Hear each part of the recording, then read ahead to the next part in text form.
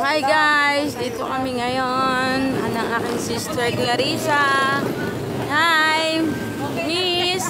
Miss Clarissa! Ito ang tinatawag na namimiss mo pag nandito ka sa Pinas. Oo mga kalabs. Aking sister Monet. Hello dyan. Hi! Sarap ba? Oo. Meron kang binatog? Binatog. Siomay. Short, ano yun? Siomay. Ay, sige. Yun o. Masarap ito. Ay. Masarap. Ano? Yan lang mga kalab. Dito kami sa sa palengke ng aming lugar.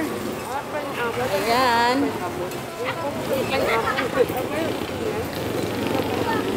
Malakas yata yung ulan mga kalabs. Tingnan nyo naman. Maulan sa Pinas. Nag-e-enjoy ang aming sister sa kanyang pagkain. Yung kinikraves niya na binatog, ayun, nakain niya na yung binatog. Ayan kalabs.